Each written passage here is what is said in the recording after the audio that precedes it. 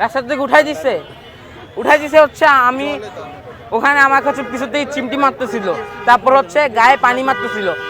আমার ওখানে হচ্ছে এত ভিড় কেন, এত মানুষ কেন, মানুষ আশেপাশে থেকে পানি মেলা মারতেছিল, তারপর পিছু থেকে এসে চামড়া ধরে টান দিয়ে আমাকে হচ্ছে ওখান থেকে ভাগাই দিছে আমাকে। তুমি কান্না করছো, আমরা দেখছিলাম বসে বসে। এখানেও সেম কান্না করছো। হ্যাঁ কান্না করছো কেন? আমরা দেখলাম তুমি বসে বসে কান্না করছো। হ্যাঁ কেন করছো?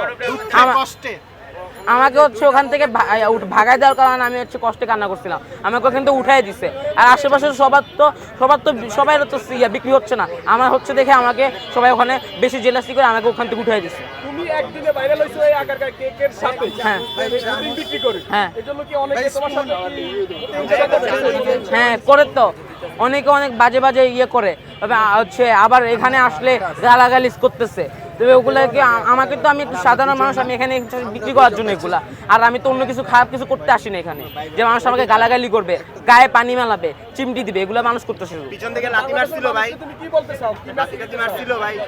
বাংলাদেশের জনগণকে কি বলতে চাও?